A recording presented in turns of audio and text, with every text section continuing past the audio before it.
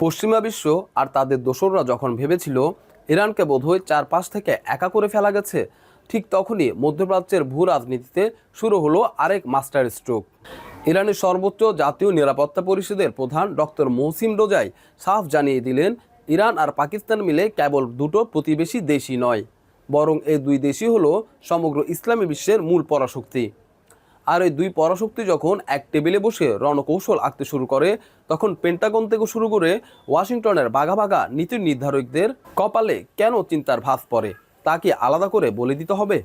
সম্প্রতি তেহরান সফরে এসেছিলেন পাকিস্তানের স্বরাষ্ট্রমন্ত্রী সৈয়দ মহসিন নাকভি।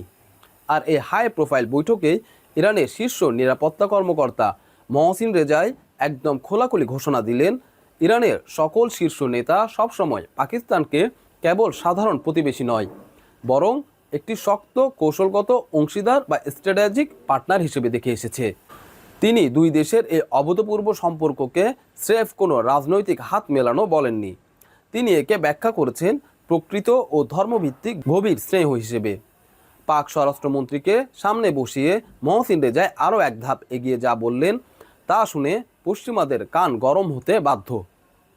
তিনি সোজা জানিয়ে দিয়েছেন, ইরান কিন্তু পাকিস্তানের বর্তমান সরকার, শক্তিশালী সেনাবাহিনী এবং তার পুরো জনগণকে গোটা মুসলিম উম্মার জন্য এক বিশাল সম্পদ বলে মনে করে। আর তাই এই দুই দেশের মূল কর্তব্যই হলো ইসলামী বিশ্বের ঐক্যের জন্য একসাথে কাঁধে কাঁধ মিলিয়ে কাজ করা। একটু ভেবে দেখুন, আমেরিকা আর ইসরায়েল এতদিন ধরে চেষ্টা করছিল ইরান আর পাকিস্তানকে মুখোমুখি দাঁড় করিয়ে দেওয়ার, অনেকটা ডিভাইড অ্যান্ড রুলসের মতো। কিন্তু তেহরানের শীর্ষ নিরাপত্তা প্রধান যখন প্রকাশ্যে পাকিস্তানকে ইসলামী বিশ্বের পরাশক্তি আর নিজেদের কৌশলগত বন্ধু বলে জড়িয়ে ধরে, তখন ওয়াশিংটনের সেই পুরনো ভাগ করো আর শাসন করো নীতি কি পুরোপুরি কি ধুলোয় মিশে গেল না? তিনি একদম প্রকাশ্যে জানিয়েছেন, আঞ্চলিক খেলা আর ভূ রাজনৈতিক রণকৌশলে পাকিস্তানের প্রধানমন্ত্রী এবং পাক সেনা প্রধানের এই যে হঠাৎ করে বর্ণিত সম্পৃক্ততা বা একটি ইনভলভমেন্ট, তা দেখে ইরান কিন্তু ভীষণ আনন্দিত। চিন্তা করতে পারেন পাক সেনাপ্রধান আর প্রধানমন্ত্রীর প্রতিটি চালে তেহরান কতটা নজর রাখছে এবং কেন এতে ওয়াশিংটনের বুকে কাঁপুনি ধরেছে, তা কি আর আলাদা করে বুঝিয়ে বলতে হবে? তবে সবচেয়ে আলোচিত বড় বিস্ফোরণটা তিনি ঘটিয়েছেন 6টি পরাশক্তি দেশকে নিয়ে কথা বলার সময়। মহসিন রেজাই স্পষ্ট করে জানিয়ে দিয়েছেন, এখন আর আলাদা আলাদা থাকার সময় নেই। ইরান, পাকিস্তান, তুরস্ক, সৌদি আরব, মিশর এবং ইন্দোনেশিয়া, এই 6টি পরাশক্তি দেশকে এখন এক ছাতার নিচে এসে মহা ইসলামী ঐক্যের দিকে কদম বাড়ানো উচিত। এটি কেবল কোনো মুখের কথা নয়।